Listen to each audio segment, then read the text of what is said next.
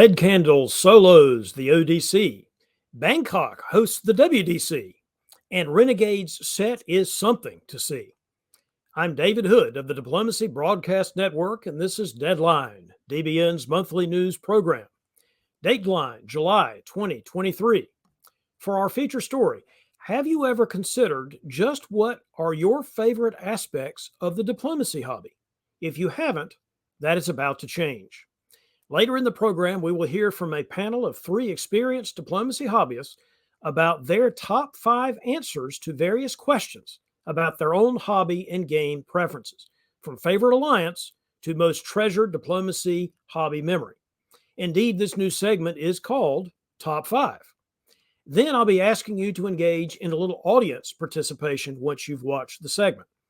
But first, a look at headlines from around the world of diplomacy.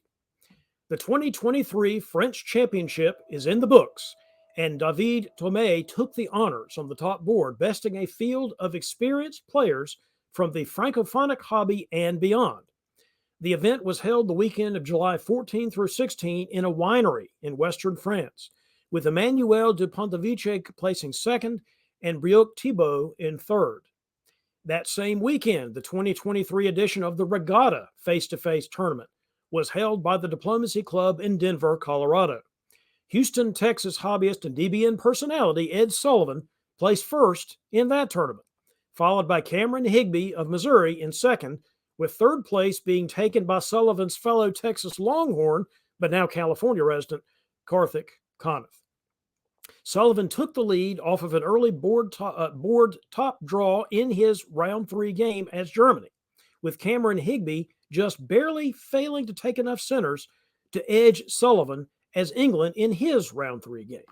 You can watch the full coverage of this event, which was run by Manas Hond, using the DBN link provided below.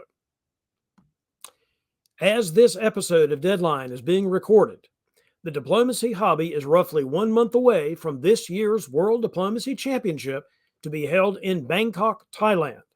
The event will take place in a board games cafe called Battlefield Bangkok, August 17 through 20, featuring 5 rounds of diplomacy and a top board that Sunday afternoon. It will also be social events, scheduled tours, and the expected vote to hold the World DipCon in Milan, Italy for 2024. More information can be found at the website listed below in the show notes. During the week after the WDC, a second diplomacy tournament is being held in Siem Reap, Cambodia, with rounds to take place throughout that week, sandwiched between visits to the historical sites nearby. The tournament is called the Angkor Imperial Tournament, and it was recently announced that this will also be dubbed the first Asia-Pacific DipCon, to join the ranks of the European DipCon and the North American DipCon. For more World DipCon hype, check out the latest episode of the Diplomacy Games podcast, which is linked below, which features an interview with tournament organizers Leigh Sarlainen and Andrew Goff. Exciting times here in the worldwide diplomacy hobby. As we've been reporting here on Deadline, California company Renegade Games licensed from Hasbro the rights to produce a new diplomacy set. Now we are excited to announce that the game is out, ready for purchase.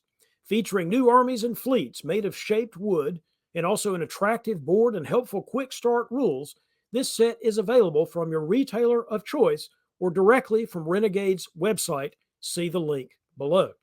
Later in this broadcast, we'll show you an interview with Renegade's senior producer for board and card games and with a consultant who helped to develop this new edition, discussing why and how they decided to work on this project. Now it's up to us. Please go out and buy a copy or 3 to help support this worthy effort to grow and develop the diplomacy hobby. Let me now report to you on news from the world of online extended deadline tournament play of our game. Several months ago, I interviewed here on the show the head of the Olympus Discord server for Backstabber Play, Bob Zabilder, who himself later made his face-to-face tournament debut at this year's DipCon. The top board for this season of Olympus Play is currently in about fall 1907, with the Turks having just recently stabbed their Austrian ally in the face of Western resolve against that AT that was threatening to break the stalemate line. You can catch in-depth coverage of this final on the Diplomat's YouTube channel. A link to the most recent episode can be found below. Also, one of the finalists in that top board game was Sploak, who's a European hobbyist, occasionally producing his own diplomacy-related video content on his own YouTube channel. He recently released a new video describing one of the preliminary games that helped him qualify for that top board, a game featuring him soloing as England. You can catch that video at the other link provided below.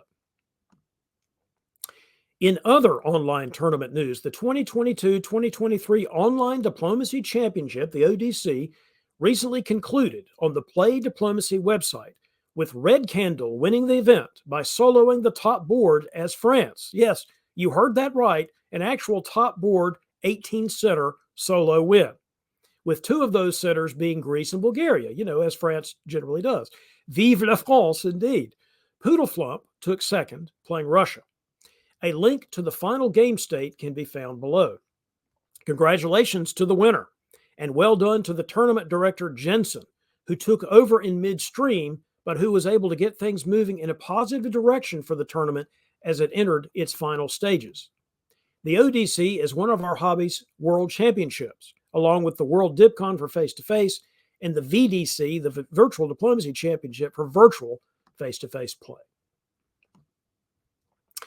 Now let's take a trip around the world of YouTube channels and other diplomacy content creators to report to you on the latest and greatest new diplomacy products from whom we call our DBN media partners. DiploStrats recently released a video on their YouTube channel analyzing the February 2023 DBNI final, calling that game the greatest diplomacy game ever played. The fact that this game was already covered live by us here at DBN should not stop you from watching this very entertaining look back at the game from a different perspective. Florida Man also dropped a new episode on his YouTube channel recently as well, focusing on one of the Eastern Triple Alliances possible in our game, in this case, the Dirty Rat. The link to his explanation of that triple and the circumstances where it can make sense to try the rat can be found below. In Diplomacy League news, Chicago's Diplomacy Club, the Windy City Weasels, is currently in Season 18 of its league play, this year combining virtual face-to-face games with physical face-to-face games. Currently leading is Timothy Crosby, with Cody Green trailing in a distant second place. There is a link to the Season 18 standings below.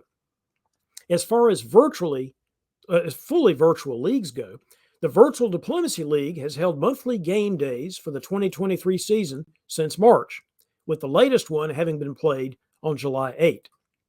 Currently leading those standings is Frenchman Nicolas Taillet, with the next scheduled game day for the VDL being August 12th on the VWDC Discord server. And then there's the Tour of Britain, current standings leader being Jason Bennett, and its next game day planned for September 8th, also on the VWDC server.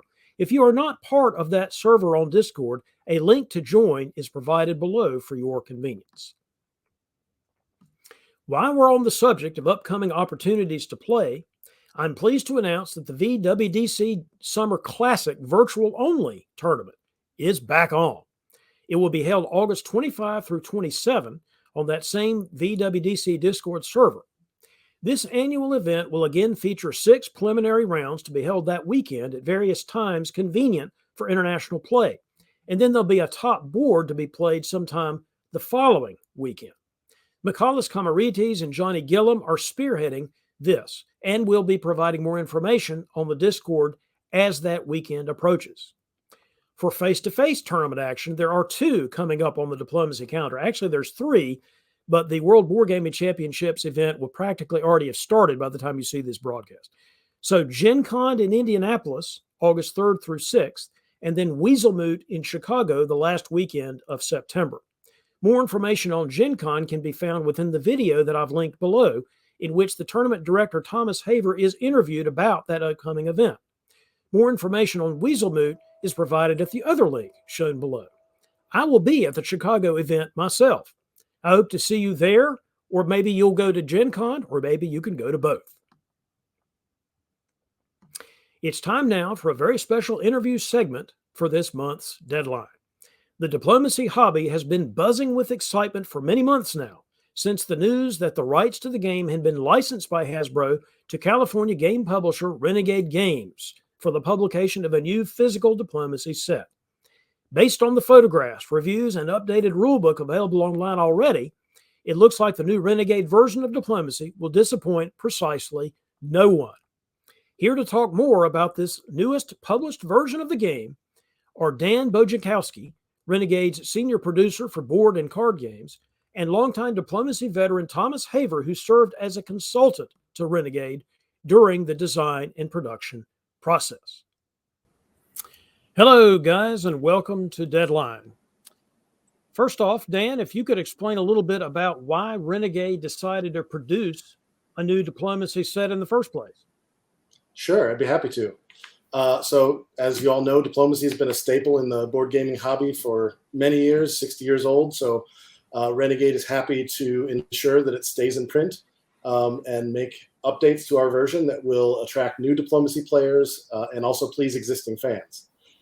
We've got a diverse community of customers and fans from our history, from people who like, Transformers and vampires and all sorts of different things. So we're hopefully exposing new gamers to this classic game, and we're excited to be a part of the community, working with folks like yourself and Thomas to help spread the word about this great game.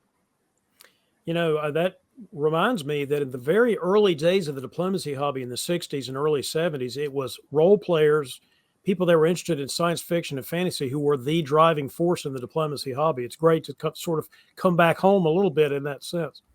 What do you think accounts for diplomacy's longevity in the world of board games? Well, I would say, it's cliche, but I'll say the fact that it's simple to learn, but a lifetime to master. It's a very deep game. It makes it easy for folks to get involved and learn the game. And I would also say that part of that is the great community that has evolved around it.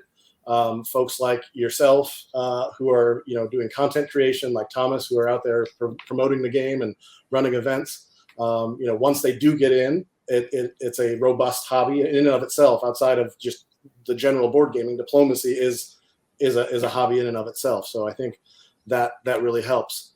Additionally, I think that diplomacy exists outside of the gameplay. The stories from the games outlive when you're sitting at the table or wherever you are. I would imagine that most people's first interaction with diplomacy is probably hearing about the game, having someone tell a story about an epic, collaboration that they had, or a backstab that happened or something like that entices them to say, okay, tell me more.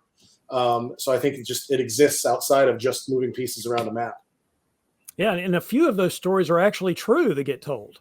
I don't know exactly the percentage, but I think some of them are actually true. So what about the new diplomacy set that you all have produced? What sort of innovations or features are you particularly proud of or want to share with our audience? Yeah, so when we first even announced that we were doing this, we had plenty of fans reach out and want to provide their feedback. Thomas was one of those such people and provided a bunch of great insight to us about what has worked in previous versions, what didn't work, what fans loved and didn't love, what they were looking for in a new version. So one of the things that we're excited to introduce is the shaped wooden unit pieces for this new edition. Make it feel a little bit more like a modern board game that has those shaped pieces that look like a fleet or an army, but they're still functional for experienced players. So they can be laid on their side for support or stacked for dislodgement, things like that. So we're excited about that. Also, we added in a quick start guide. And this was something that was written by Thomas, and he's tested and tried and true for teaching new players, bringing new players up to speed, or old players up to speed who haven't played in a while. But it just distills the rules instead of a 24-page rule book, which can be quite intimidating, down to just the front and back of an insert to get them up and running. So I think that should be a great tool for new players and people who just haven't played in a while who are looking to get back into the hobby. Obviously, our edition does not do anything to mess with the gameplay. that is tried and true, and it's nothing that we wanted to even mess with at all. So. Yeah, I could not agree more about the quick start guide. It's really a great idea. You see it in some other board games, and particularly a game like Diplomacy, which is relatively simple. There should be able to do a front and pack quick start guide. And Thomas did a great job with it. All right, Thomas Haber, you are yourself an experienced hobby veteran. You've won my tournament twice, DixieCon once when it was World DipCon. You've also just finished winning the Italian National Championship when it was in San Marino back in May. Tell us your role in the development and production of this new Renegade version of Diplomacy. Yes, so I came into this as a referral from Hasbro Wizards of the Coast. So I was a volunteer for them for many years at conventions, and it was via the Avalon Hill team at Hasbro that referred me first to Jordan, who's the marketing manager, and then Jordan put me into contact with Dan here. And, like most Diplomacy players, I'm very opinionated.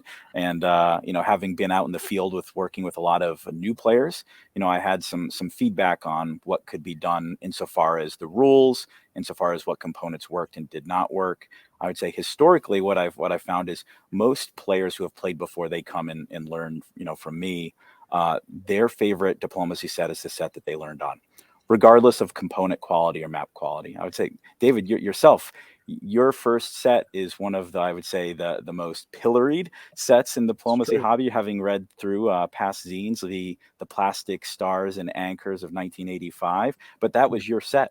Mine was Avalon Hill's Deluxe Diplomacy in 92 with the white and green map and the wooden blocks with the multiple spelling errors on the map, Western or Eastern Mediterranean. The Eastern Mediterranean, that one. And Burgundy. But that has a special place in my heart.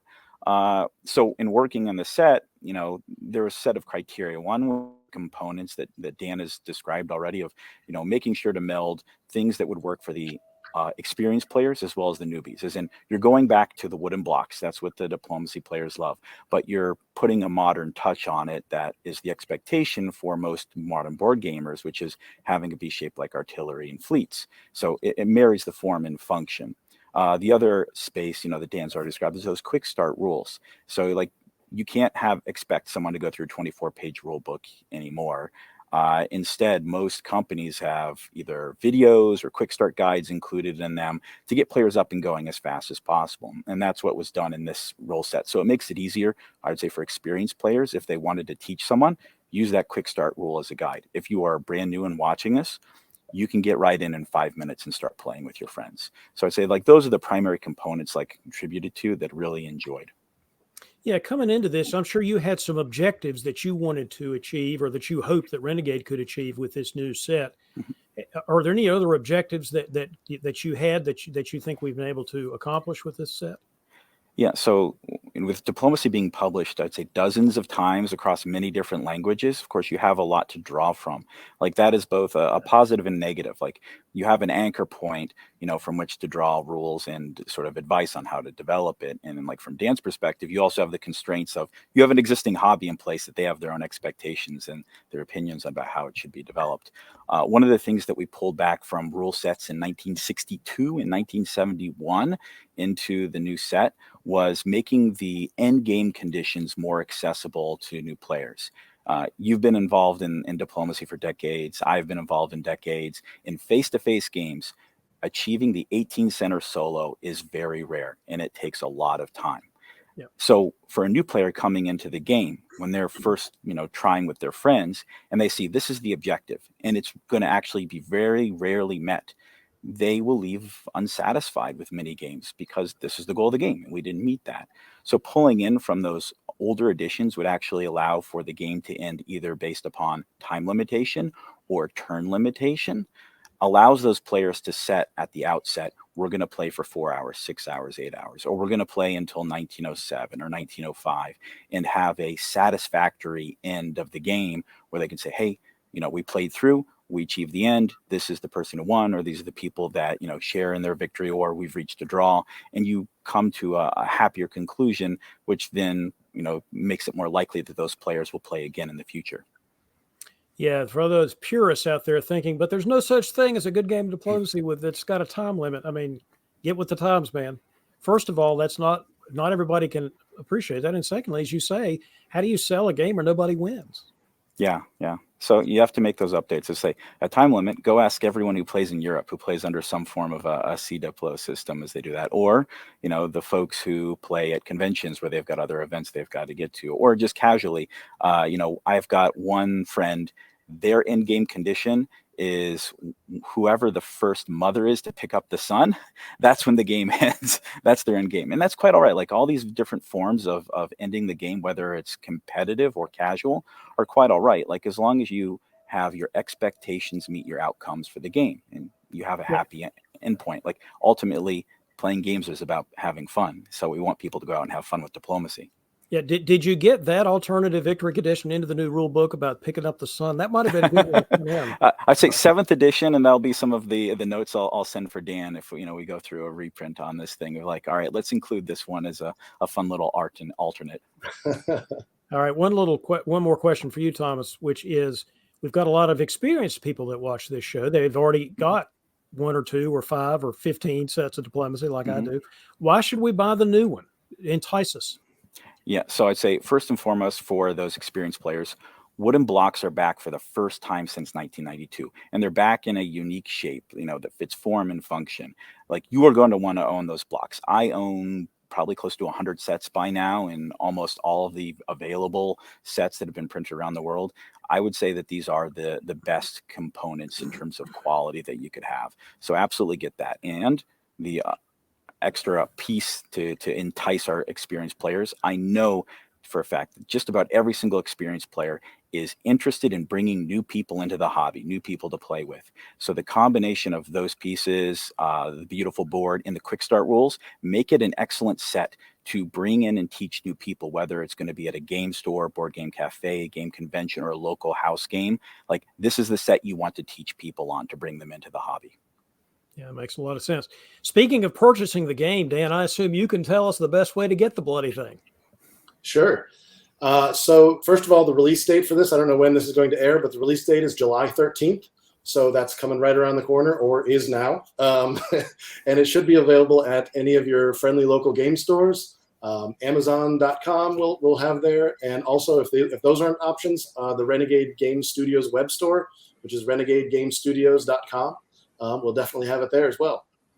So I'm glad to hear there's a retail or that there's going to be retail distribution. Obviously, that's critically important. And it's important for those of us that like to buy retail because some of us like to support. We use a bunch of different distributors in the US, Canada, and internationally.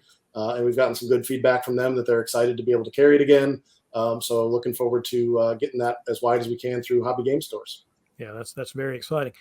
What can our audience out there of dedicated diplomacy lovers do to help you promote and sell this new game to others? Well, that's a good question. I would say keep doing what you're doing. Play the game. Tell your friends about the game. Gift the game to friends or family members. Content creators like yourself. Keep creating content. Run events. Just those things that you're already doing. That's great. That's what's caused the game to live for 60 or more years and still be topical. So I would say just keep doing that. I would also flip that around and say if there are ways that Renegade can support the community, reach out and let us know. Let us know how we can support your events or how we can support your content creation. So happy to help. All right, that sounds great, Thomas. I know you have another event coming up soon where you will be showing the flag for Renegade and also teaching this game to the new players. Tell us about that one. An event or 3 or maybe a dozen coming up on here. So we've called the banners to go run diplomacy events wherever they possibly can. So by the time this airs, probably the first event will be done, which is Dice Tower East in Orlando, Florida, on the July 4th week. So we're going to be running a teaching game down there. If you miss it because this is airing late, no worries. We're likely going to be back there again. At the end of July, we have 2 events back to back. One is the World Board Gaming Championships, or WBC, held outside of Pittsburgh, Pennsylvania. That is considered to be sort of the continuation of the Avalon Hill name from the old Avalon Con into WBC, where we have a group of dedicated players as well as people coming back in to play diplomacy to celebrate the new release. You can reach out to me directly or go onto the Renegade Games Discord to ask additional questions about that. But then the big one, the granddaddy, occurs in the first week of August, and that is Gen Con.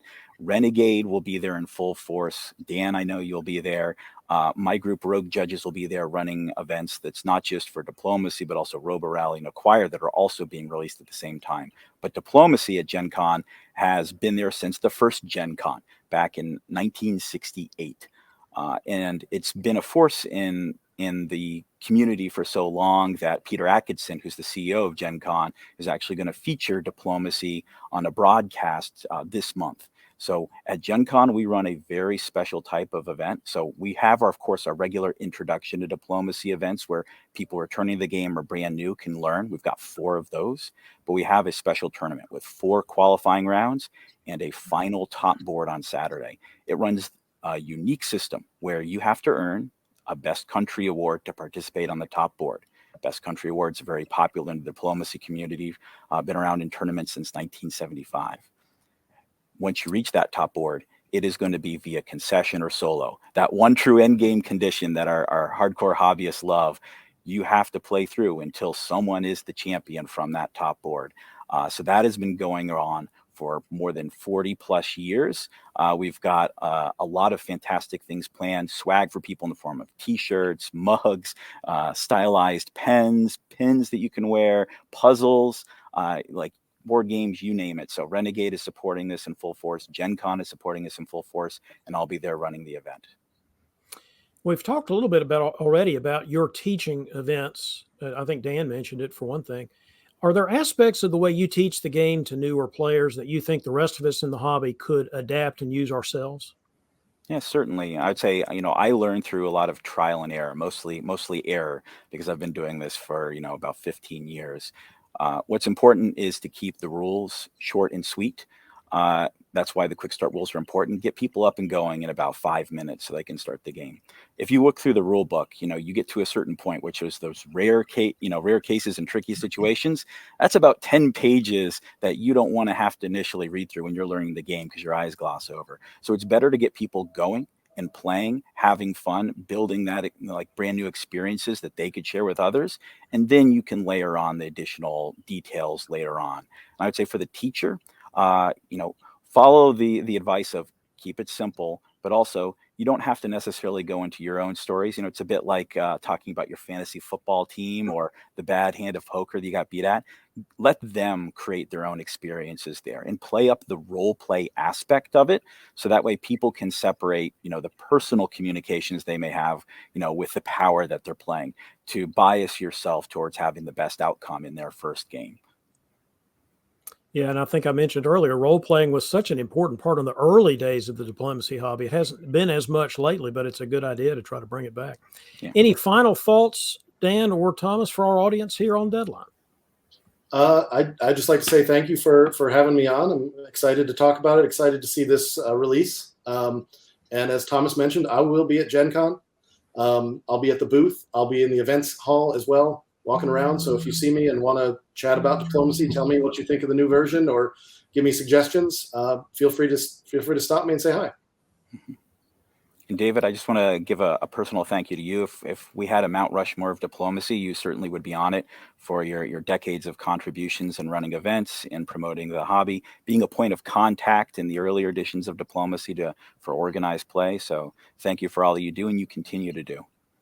Well, I appreciate that, Thomas. Thank you for all that you have done. And Dan, I appreciate you and Renegade doing what you're doing, which is obviously one of the most exciting pieces of news in the diplomacy hobby in a long time. Thanks for being on Deadline. And now for our feature presentation. We diplomacy hobbyists can be an opinionated bunch.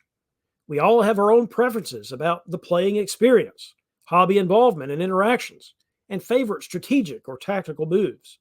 So why not announce our rankings of various aspects of the game and hobby so we can compare and contrast our answers? We can, and we will, in this new Deadline segment called Top 5. Each of our 3 panelists, plus yours truly, will provide our top answer to each of the 5 following questions. Favorite Spring 1901 opening. Best player ever faced on a board. Most enjoyable online or face-to-face tournament. Preferred alliance. And most treasured diplomacy memory or experience. Joining me for this inaugural top 5 are 3 players who all have tournament wins to their credit. Katie Gray in Arizona, Californian Andrei Gribikov, and Adam Siegel representing the great state of New Jersey. Well, hello everyone and welcome to Deadline. All right, you all know what we're here to do, this segment called Top 5. I'll announce the category and then ask one of you to give and explain your answer, and then ask the others if they have a comment or contrary view to yours before we move on to the next panelist to answer that same question. Hey, audience members out there in Dipland, take mental or physical notes on these topics as you watch this segment. I'll tell you why at the end. All right, let's go for our inaugural segment of Top 5. Away we go. The first question is your favorite spring 1901 opening. Adam Siegel, I'm starting with you. Give it to me. I think there's only one move on the diplomacy board that you must order every single time that you play, and it is Trieste, Albania. You can't get away with anything else. You must order it. It's my favorite. Period. End of discussion. And yet I'm playing in a game right now where somebody did Fleet Trieste holds and then told me that was a thing you do in the UK hobby, because I was playing with a bunch of British guys. They said, that's what you do in the UK hobby. And I'm like, any reaction to Fleet Trieste has to go to Albania as your favorite 1901 opening? It seems a little boring, but that's okay. Wow. Okay. I Katie? think it. Oh, go ahead, Katie. No, I'm just kidding. Say, Katie, do you have something more interesting for your favorite spring 1901 opening? I don't know if it's more interesting, but I think it plays well with Adam's pick, because mine is for Italy to put Venice into Trieste. See, Adam, you're rewarding Katie. And the reason I think that is great is because you can go 2 very different ways that both have a lot of momentum. You can do the thing where you push that fleet into Aegean, and you do an AI, or you can maybe get some support from Turkey and take Greece. You can do a lot with that move, and I think it's something that gives you momentum as Italy. And when I started playing Italy, it was like Lepanto, slow play forever. That was 4 years ago on WebDip, so I don't know if the meta has changed over there, but I think that move just makes the country a lot more interesting in the early game. So Adam, if you want to move to Albania, I'll follow you. But it might be totally pro-Italian when you do it, right? It might be pro-Austria. Yeah, it could be. I mean pro-Austrian when you do it. Yeah. Andrei Gribikov, what do you say about these 2 answers so far? I think the East is boring. I'm going to pick a West answer. And I think for me, France, I love playing France. I also think it's such a flexible and fun country. But I think despite the fact that there's a lot of openings with France, I think hands down the best opening for me is a supported move to Burgundy. I think it just gives you so much flexibility. And Germany, I think it's really hard for Germany to just get so annoyed. And I think even if Germany does get annoyed and try to run an EG, you're sitting in Burgundy and they're not going to be able to break you fast. So it's just really unattractive. Usually Germany kind of has to swallow it. So I think regardless of whether you like EF or you like FG, France and Burgundy in 01 and spring 01 is just such a strong, strong place to be. What do you say about that, Katie or Adam? You agree that is the best French opening? I like it. I think we gave 3 pretty boring answers, to be honest with you.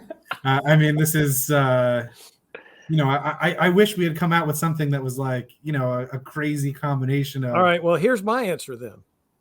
My answer to spring 1901 opening that I really enjoy doing when the circumstances exist, and I'm not going to say the hood hog, by the way. I'm not going to say put 3 units on Belgium. I am going to say support yourself to Galicia as the Austrians after telling the Russians that you're going to bounce them there.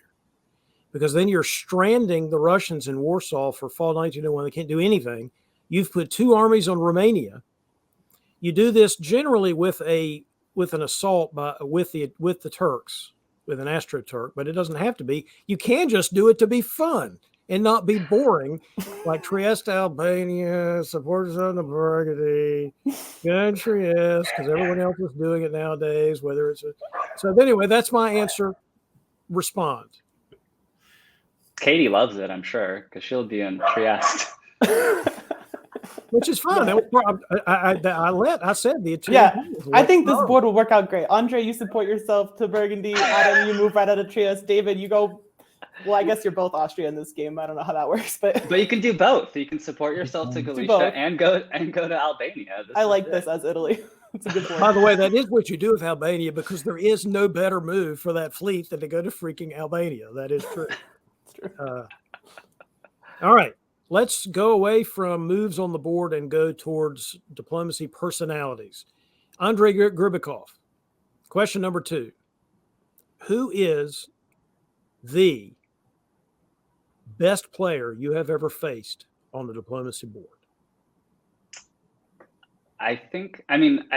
For me, the answer is Andrew Goff. I've had the pleasure of playing him twice now in person. Actually, no, one virtually. One actually when Andrew and I both received the brick as part of a 7-way draw, I think, in DixieCon. So I actually took that as a personal win that I dragged Andrew down into the brick award. But yeah, I think Andrew is just so good at making you like him while he's killing you, even though you know that, and it's difficult. Like, you could totally come in being like, I know you're so good. I know you're gonna, mentally jujitsu me. And even when you're ready with all that, he'll just come in so disarming. He'll just do some offhand comment, and you'll just suddenly be like, oh yeah, he's great. Yeah, he's also the only diplomacy hobbyist I'm aware of who has been the featured story in a popular mechanics article. Any other good reason for that? Yeah, any other responses to Andrew Goff? Another boring answer, certainly a boring pick. I mean, middle of the road pick. I've got a backup one too, but give us your backup one before we move on. Tanya, but for a slightly different reason. She's absolutely terrifying on a board, and I love interacting with her off the board. I think on the board she's absolutely terrifying and just really, really difficult. Good player to just never. I feel like I can never get any sort of edge on her in a deal, and she's always probing you for information, never giving anything. This kind of comes from a situation where I had the pleasure of playing Andrew and Tanya together on the same board, where they ran an alliance, and that was a fun game. And those watching at home, yes, Tanya's like Sting and Prince and Madonna. There's just one word, and it's Tanya. Or if you really need the last name, it's Tanya Gill. Katie, what do you say? I mean, I agree. They're both great players. I haven't played with either of them very much. I think for me, my answer was Nicolas Tallier, because he has this way of, I don't trust a single thing he says. I never believe anything he's telling me. And 9 times out of 10, I still do what he asked me to do. And it's very frustrating to me. I don't know. He has a good mix of being sort of charming, but also rushing you through negotiations where he's like, okay, just do it, and then leaves, but not in a way that makes you mad. I don't know. He's frustrating to me. So I guess he's good at making me do what he wants. Yeah, when I don't trust him, which is similar to what Andre said about Andrew. It's a legitimate answer. Adam, what do you say? The best diplomacy player I've ever played with on a board? Definitely it's me. I don't know. Yes, Adam, it's you. But if you had to give a second option, who would it be? Oh, I have to give a second option. Actually, I had a really hard time answering this one because I think that there's a lot of different skill sets in diplomacy. And I think that all of the greatest players that I can name all embody different skill sets. And I think that none of us have all the skills. It's interesting that Andre says, Goff is really good at disarming you, right? Because one of the players actually I think is really great is Nathan Barnes. I actually think his strategic vision is often poor, and his tactics are hit or miss. But if people want to just play more games with Nathan Barnes, they're just like, I'm going to leave you alive because I'm enjoying you. That's something I can't do. Being realistic, right? I know that's a weakness, right? We talk about actual negotiations. I don't think there's another player better than Chris Martin, right? He will talk circles around you till you're just dizzy, and then you agree to something and you walk away and go, what did I just agree to? But also another player whose tactics, are missing sometimes from boards. And so it's interesting when you take a look at like Eddie Birsan, right? Eddie's got the best tactics of anybody out there. But, I think from a negotiation standpoint, doesn't have maybe some of the same savvy that some of these other players have. So I think that there's just a lot of greats in the hobby. And I think that identifying anyone as the best other than me, obviously I'd say that not in a serious way.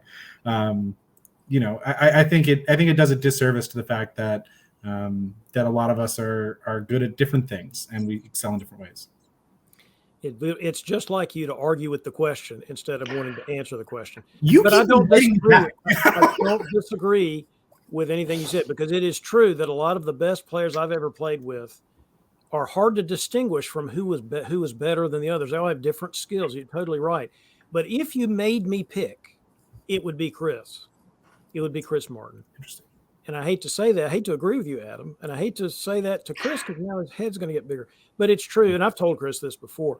The thing that really sealed it for me, and I've been playing with Chris Martin since the mid-'90s. All right. So I have a lot of experience playing with him. And he got better over time. And I'm talking about a guy who won World DipCon in 1998.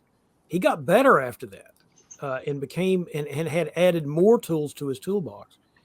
What really sealed it for me was the 2008 DipCon debacle, where the guy ran it in Maine and he gave it, basically arranged it so he win his own DipCon. We had to dethrone him and have another DipCon. Chris came in second of that one, came back and won the substitute DipCon, and then refused to take the championship because he thought it would look unseemly. And I thought, Chris, you're a great player. And so I hate to say that, but if you wanted me to give a second choice so that it wouldn't say the same thing as Adam Siegel, which now that I'm thinking about it, I would prefer to give my second choice, which is Doug Moore.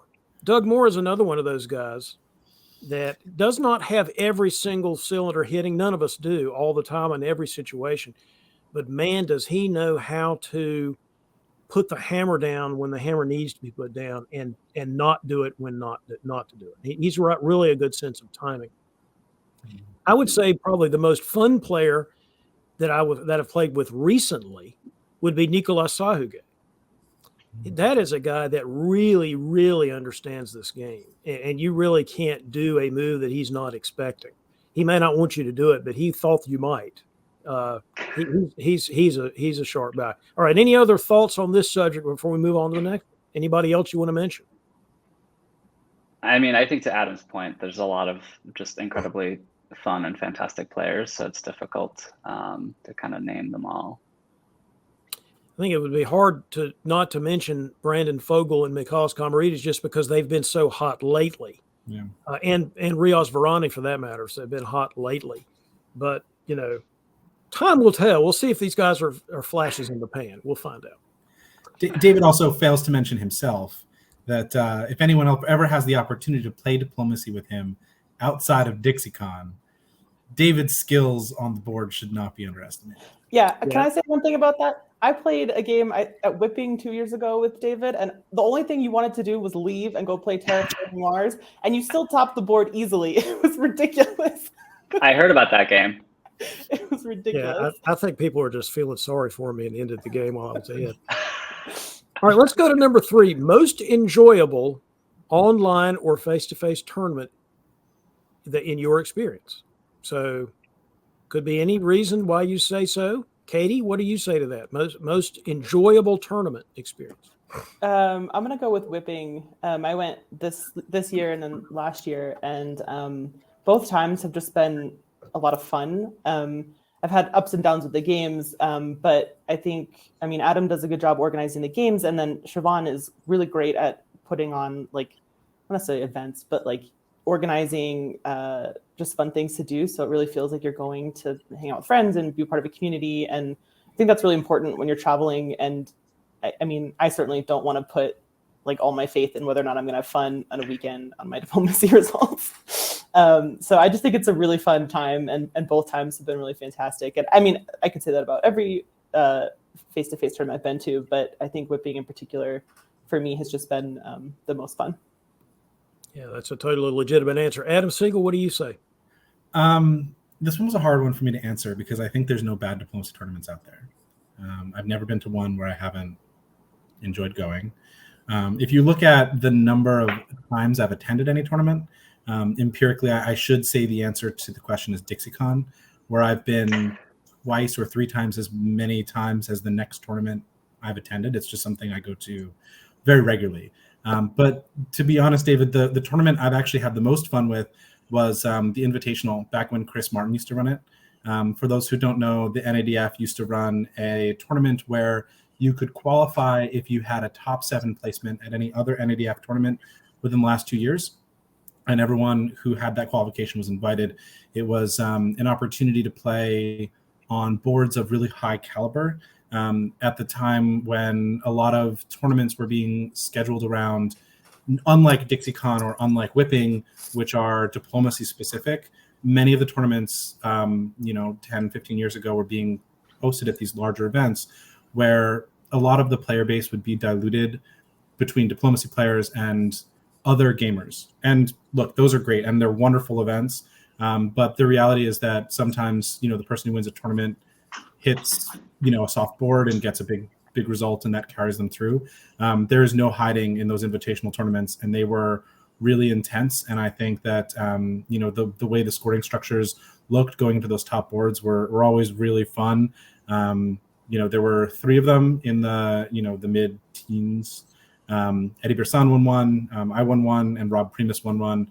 3 players who were at the time, playing a lot of diplomacy and were pretty good. It was really a fantastic event, and Chris used to host it in places like, New Orleans or Austin, where we could, enjoy each other's company as a hobby as well. So I miss that, actually. Yeah, that really was an awesome thing that he did and that the hobby had. We've recreated that a little bit with modern technology with the DBN Invitational. Doing it virtually allowed us to even, have even more top players to get together and decide who the best one was than we did back in the day. But those were great events. Andre, what do you think? Yeah, I mean, so as a someone who is in San Jose and somehow has avoided attending Whipping, not out of any specific desire, but mostly just because the plans couldn't line up. My answer also was tough, and like Adam, I think I'm going to fight the hypo a little bit because I've enjoyed every tournament I've gone to, although not as many as Adam. I think my probably most memorable and most fun tournament so far has been Worlds this last year for in Vermont, just because it was kind of echoing Adam's point about the invitationals. It was just such an interesting experience where like every board was tough. Every name like that was being called out, you're like, why am I on this board? And in poker, there's an expression: if you sit down at the table and you can't spot the fish, you're the fish, or you're the weakest player. Like that's kind of like how every board felt. You're like, you couldn't see anyone who felt weak, and it was just such a fun experience. I think capped by the fact that the longest diplomacy game in, I think, tournament history happened then, because people just did not want to give up. So, and also just off the board, people just were a lot of fun to hang out with and chat. And I think we even got a poker game going at the end there. It was a great time. There's no question about it. Any other thoughts about that tournament from you, Katie, or you, Adam? I would say that I think Andre is correct. The tournament play at that Carnage was as high as it has ever been at any tournament anywhere in face-to-face hobby. Yeah. Well, I have to cheat and give 2 answers for my answer to this question, because my probably most enjoyable tournament experience was the first one I went to, which was DipCon 1986 in Fredericksburg, Virginia. Me and 4 other people who had just played in a club setting. For the first time, we were playing with people outside of our club. We ran into different ideas about how to play the game. We didn't understand the scoring system because it didn't make sense to us. Ran into people that I met for the first time and then would know for 30 or 40 years, like Larry Peary, like Steve Cooley. All these people that I had, some of them I had met online, postally. This was before online, postally. many people not, but just the experience of going to an event like this and meeting new people that also like your favorite thing was a really awesome experience, something that we don't have as much nowadays because we, of course, connect with each other so much easier over the internet. But back in the day, that was really a thing to meet that many new people that liked your new thing that you liked. And then my other answer is 2019 DibCon in Seattle. This was sort of the high watermark for the face-to-face hobby. Either that or 2018 in Washington, D.C. They were similar in the sense that they were sort of the high watermark before the pandemic of getting face-to-face play really up to where it needed to be. So that was those are my answers, and I agree with all of your answers as well, because you're right. All of these experiences are awesome. You didn't pick Dixie? Yeah. Telling. It's very telling, David. Yeah, I agree. I mean, there's always room for improvement is my theory. All right, number 4. Let's go back to strategy and tactics a little bit and talk about favorite alliance. So, Adam Siegel, I'm going to start with you. Your favorite alliance in diplomacy? I'm just going to argue against the question. All alliances are equal based on the people, right? Blah, blah, My favorite alliance. Okay, fine. My favorite alliance is probably any 2-power alliance that's working really well together in Scandinavia. Probably England, Russia. I often find that the Scandinavian powers end up being that Russia or Germany will try and play balance of power in the north to try and slow down the Western alliance. And if I feel like I can get a solid person working with me in Scandinavia to get those dots under control, to get some momentum, where I can turn my back and really put pressure in a different direction, I don't even care who. I'm really excited about getting that cooking. And there's not even that many dots up there, to be honest with you. I just don't want to sit on them all game long, right? That's the thing that kills me. It's the mid game. I still got like 3 units holding Denmark or Sweden or Norway. Kills me every time. So if I have to pick England, Russia, that's my answer. That's fine. Andre, Katie, any thoughts about England, Russia? I think I'd love to be Russia to Adam's England. Please, brown noser. All right, Katie, what's your response? I have 2 answers, and I couldn't pick because they're for very different reasons. The first is England, Germany. I think it's kind of cliche, but it's so easy. I mean, I think every game I've had that's been successful is England or Germany that I can think of. I'm sure there's been others, but whatever, is with that other player as my alliance. I think you just have room to grow. You don't get on each other's toes. It's really easy to trust somebody. And I also really like sort of game long, well, as long as they can go alliances. And I think you can go really far with that one.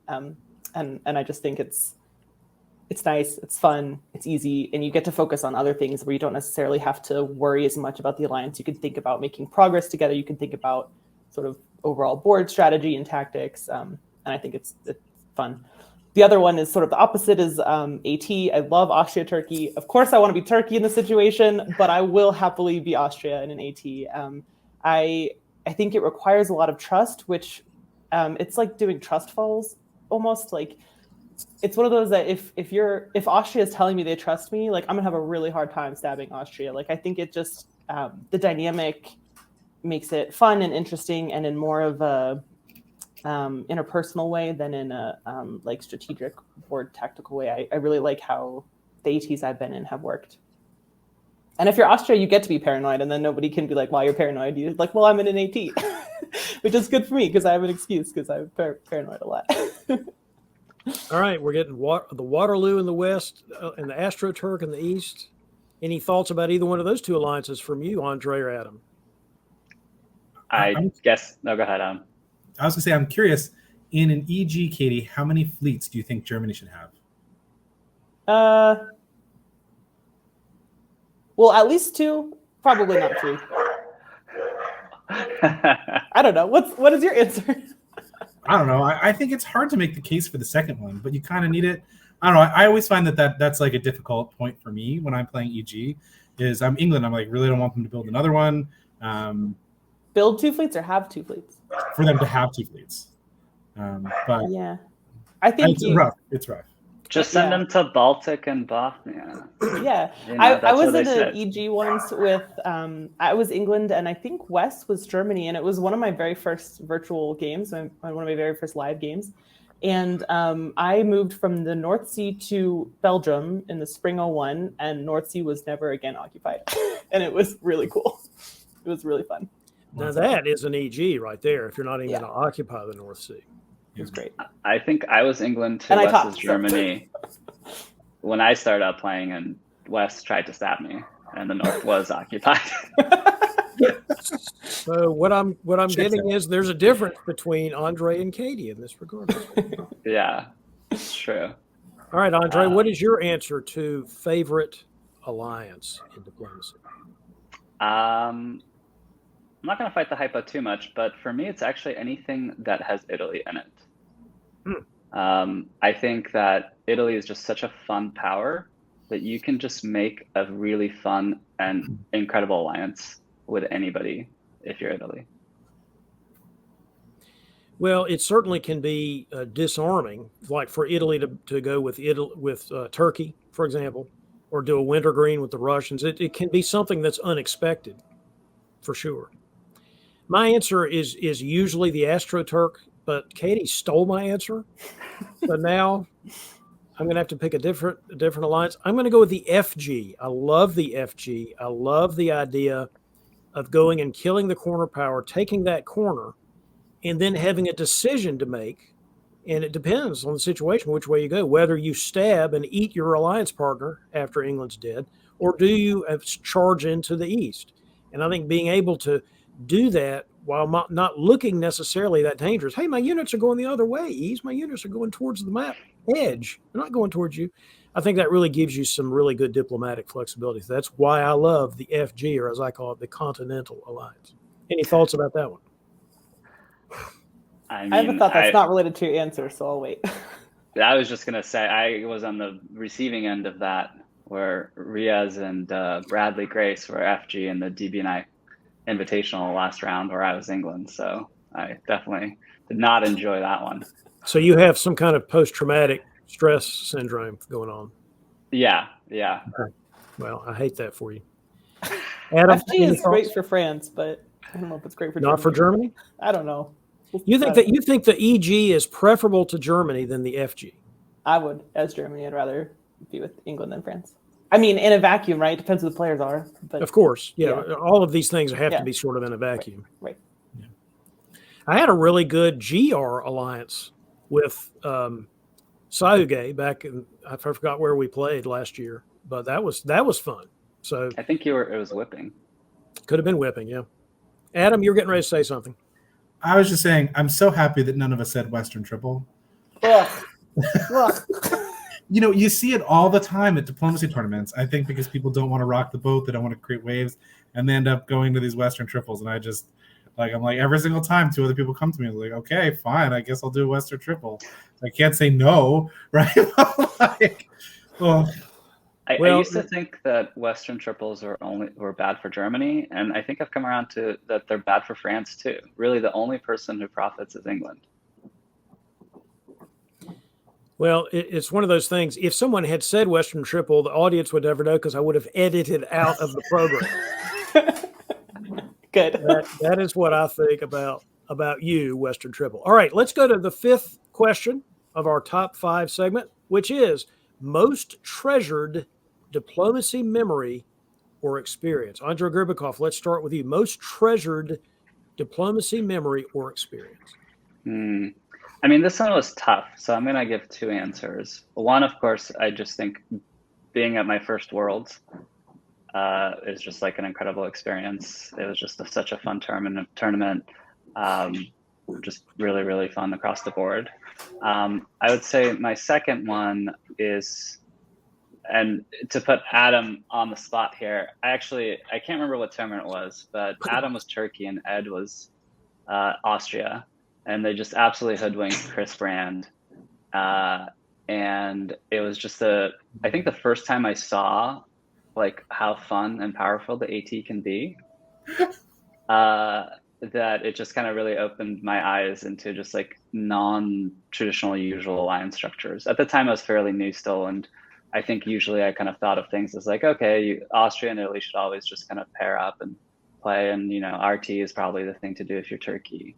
So just kind of seeing that, and also having the the DBN having the little bit people behind the scenes of being able to retell kind of what happened. I think Ed and Adam were negotiating, and Ed was pushing for something, and Adam just said, "Oh, you could just go to Ion this year," and Ed was like, "Oh, interesting."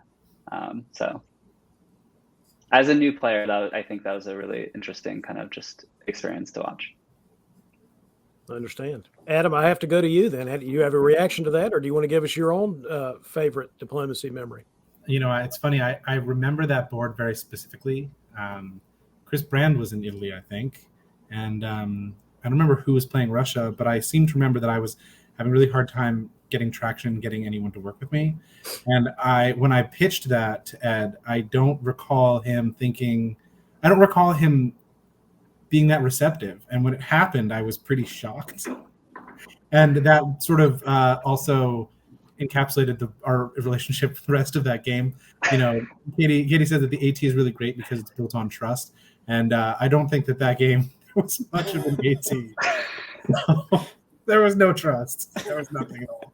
But yeah, okay. So it was good that there was some unconventional line structure. I mean, it was certainly an unconventional 1901, and it led into a really interesting game. That was my recollection.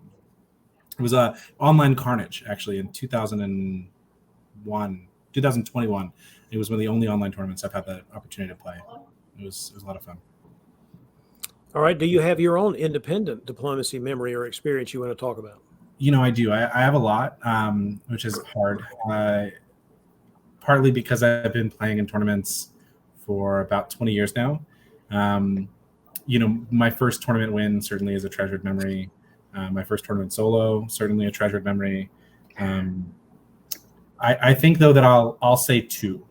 The first was 2005 or so, WBC, back when it was in Hunt Valley. Mm-hmm. For those people who don't know my background, the first 5 or 6 years that I was playing diplomacy, my average center count was like 1.5. I was really, really bad for years, like the first 6 or 7 years. And there was a game where I was playing Andy Marshall was the tournament director. People don't know him. He's a very well-respected tournament director and diplomacy player who'd been in a lot of house games with me and just watched me fail repeatedly. And it was a draw-based scoring system, and it was a mid-game against me and 3 other people who knew what they were doing, like Lori and Buffalo and somebody else who was a good player. And I was slowly growing 5 centers, 6 centers, 7 centers in a mid-game as Germany in a draw-based scoring system. And I remember it was like 1908 or 1909, and Andy Marshall walked over to me and said, "Adam, I'm really so glad that you finally learned to play diplomacy." And he said it not in like a cutting, barbed kind of way, but in like a really, I was like, 20 maybe, in a very almost fatherly, like really proud of me kind of way. And it was such a nice, touching thing that it really was undermined by the fact that my position collapsed and I was cut out of that draw 2 hours later. But I remember like having a taste of success and thinking about how I could actually really play the game. And it was the first time I remember really getting some positive feedback. I think that the other one that I would just want to share is back in the day, we used to have a tournament called HuskyCon. For those who are unaware, it was a Long Island tournament where we would all stay at the Woodring's house. And one year, Graham or Conrad or somebody decided that there was going to be a tournament awarded, an award at the end of the tournament for whoever was the best tactician, and that this was going to be voted on by all the other players. Now, I don't know if anyone knows, but my tactics are kind of bad. I'm the kind of person who commonly looks at a board and says, "Oh, that's locked up," when it's not. Or like, "Oh, that's a stalemate line," and it's not. I really do have poor tactics. And I thought to myself, maybe I can just convince everyone that they should vote for me for best tactician. And I kept saying, man, like all the game, like every game I was in, I was like, "Oh, you can't, I have the best tactics. You can't out tactics me," all that kind of like full of myself stuff. And at the end of the tournament, people voted me for best tactician. And I thought to myself, that is the best diplomacy way to win something, because I convinced everyone else that I was something that I'm not, and I got rewarded for it. And that was a really treasured diplomacy memory of mine. That's either that or it's antisocial behavior, and I can't decide which. A little bit of both, really David. is. Maybe a little bit of both. All right, that's great. I also remember a very young Adam Siegel, and then a better Adam Siegel, and I also am pleased about that. I was pleased at the time, and I'm pleased now. Katie Gray, over to you. What is your most treasured diplomacy memory or experience? I also have two. I couldn't decide. One is funny because I didn't know that game with Ed that you were talking about was at eCarnage, but that's one of mine. But first, I want to talk about the other one. It was a tournament on WebDip, so it's extended deadline, like day-long phases or something, and it was the Masters tournament where you only get a point if you solo, and if you draw, you get nothing. I think there was like a tiebreaker for a board top, but you only get points if you solo. And I was Turkey, and when I played extended deadline, my favorite thing to do was work with people across the board. I don't really do that in face-to-face anymore. I don't have time for it, but playing extended deadline, that was like my thing. And I formed a really, really good relationship with France. And we just like, by the end of the game, we set up, it wasn't even a stalemate line. We had so many opportunities. We told each other exactly what our moves were going to be. And we just both took the two-way draw. And it made the tournament director really mad because we just kind of were like, forget your tournament. We had fun. We want a two-way draw this. And that was really, really fun for me. And I think that was my first sort of lesson on how important relationships are in diplomacy. And obviously that sort of thing I haven't repeated in a live game, and I probably won't. But it was a lot of fun. And the sort of tension on the board in the end when everyone was like, oh, are you going to stop the solo? Blah, blah, blah. It was like, I don't know. It was really good. It was really fun. And then my other favorite treasured memory was the last game of eCarnage, whatever year that was, 2 years ago or something. I was playing the last game and I was winning the tournament and I was topping the board, and Ed Sullivan was in second in this tournament. And their game had finished, and when Maletsky came in to take the draw votes, he asked who wants to vote to make Ed Sullivan cry.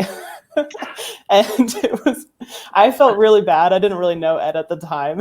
It was really awkward. But it was really fun, and they drew, and I won the tournament. And then actually the most memorable thing for me was watching the DBN stream afterwards. It was Siobhan and Brandon were doing the commentary, and they see like the position on the board and that it drew, and their faces are like shocked, appalled. They're disgusted because I had a solo and I didn't take it. And I think at the time I was too overwhelmed to even realize I had a solo. I was just like, I'm gonna win a tournament. Like, that's crazy. And I don't think I really processed it. But seeing their shock, I felt this huge sense of like disappointment in myself. And it's funny because now I'm like, I guess it's easy to say if I won a tournament, but now I feel like I would treasure a solo so much more. And I just like really regret actually not going for it, even though at the time I was like, well, I already did the thing. These people were good to me. I don't want to screw them over. But so my most treasured memory, and also one of my most regretful ones, actually. All right. Now, don't you let Siobhan or Brandon, anybody else, tell you how to enjoy your moment. You won the freaking tournament, so I don't think that there's anything that anybody needs to look back on with regret. I'm just saying. Now, Katie, was that the one where you had a ghost written Champions Corner? No, that was the second tournament that I won that Ed paid me back for by ghostwriting my Champions Corner article. Very rude. Now, Ed Sullivan needs something to do with his time with all those second and third place trophies that he's got. He was thinking of writing the second fiddle, so he wrote the trophy. All right, my favorite diplomacy experience or memory, it was impossible to actually say my favorite one, so I'm just going to say one that came to mind. There's probably some better ones out there, but the one that came to mind was very meaningful to me. 2021 at Carnage, the first face-to-face tournament back after the pandemic. And we got to not only see people that we had known before, but I got to meet a lot of you people. Got to meet you, Katie, in particular, I remember. at that event, after getting to know you during the pandemic, we all were dealing with the pandemic situation, what that meant to us. We reinvented the diplomacy hobby in many ways during the pandemic. And having that experience of bringing all those people together for the first time, people that had been in face-to-face, had not been in face-to-face, bringing them together for an event. And frankly, the best part was not the games. It was the Thursday night when we were all arriving for the first time and saying, hey, I'm meeting you here for the first time. It was just a magical experience. We were able to get a lot of that by video and used it on the stream, some of those interviews that we did. So to me, that was an amazing diplomacy memory or experience. All right, any other thoughts, folks, before we close this segment? I wanted to thank you very much for your job, panelists, but now viewers, it is time for a little audience participation from you. I want you all to submit your own lists to me, either using my email of davidhood@dixiecon.com, or you can post your thoughts right here in the comments section below this broadcast. If you have particular reactions to anything any of us said, include those in addition to your own top 5 list. I'll be compiling everyone's choices for use in a future article in Diplomacy World. So thanks, everyone. Thanks to all of you watching at home. We hope you have enjoyed this broadcast of Deadline, which debuted exactly 3 years ago this month. If you have news, ideas for features, or feedback of any kind, please feel free to send an email to info@diplobn.com, or you can drop me a line directly using davidhood@dixiecon.com. To review all of our broadcast offerings, visit our website at www.diplobn.com. This is David Hood signing off. I wish you brightness and bliss, and of course, Belgium.